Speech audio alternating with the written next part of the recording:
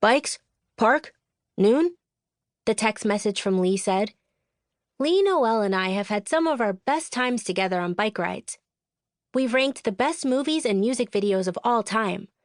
We've talked about where we go when we die. We've made drive-by scavenger hunts that have taken us through our entire subdivision. So, of course, when he asked me to go for a bike ride on Saturday, the day when I had no field hockey practice and no major tests to study for, I thought that we could spend hours talking and riding.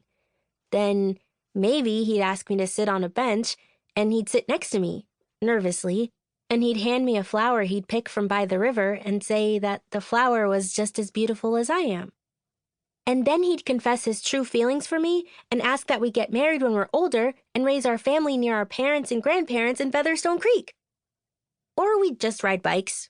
Whatever. Yeah, sure.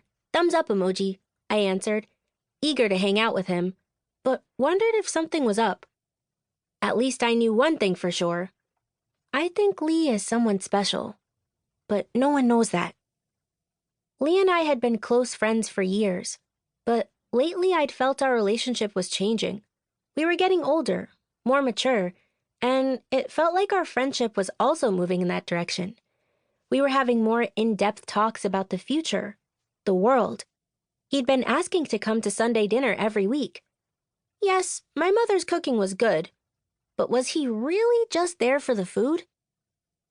The truth of the matter here was that Lee was my best guy friend who I'd started to see as more than just a friend.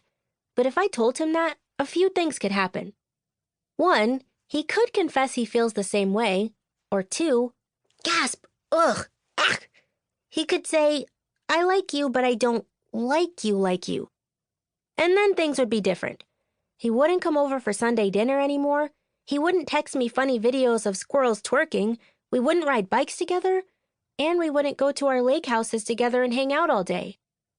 The potential for option 2 to happen was enough to make me want to keep my mouth shut. And I couldn't just ask him directly if he felt the same way. That would automatically make things weird. I couldn't say what I was feeling either. I didn't exactly understand what I was feeling. I was only 11 years old. I was hardly an expert on relationships yet. Besides that, I had other issues. Things that were weighing much more heavily on me than just a potential crush on my best guy friend. The heaviest thing on my mind is this.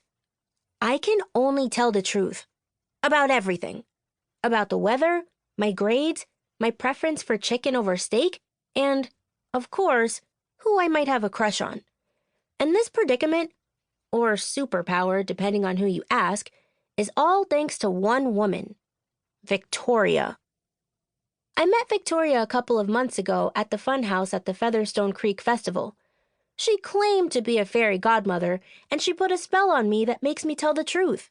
I literally cannot lie. When I try to lie, she gives me signals that she's watching and that I need to be honest with people.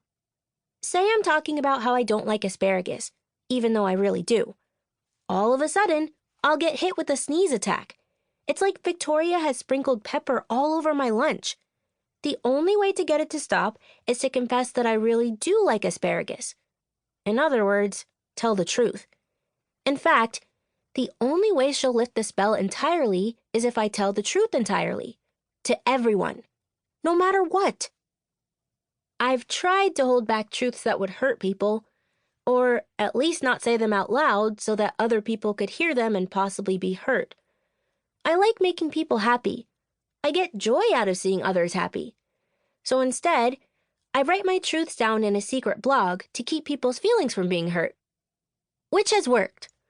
Whenever I have to confess something embarrassing or something that's not ideal about myself or anyone else, I write it down before it comes spewing out of my mouth. In some ways, it's been a blessing.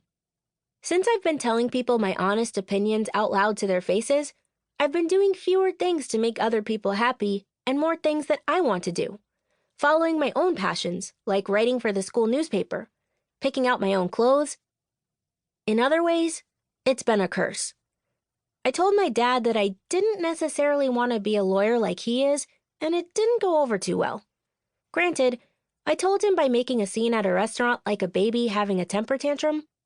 I really got to work on my delivery.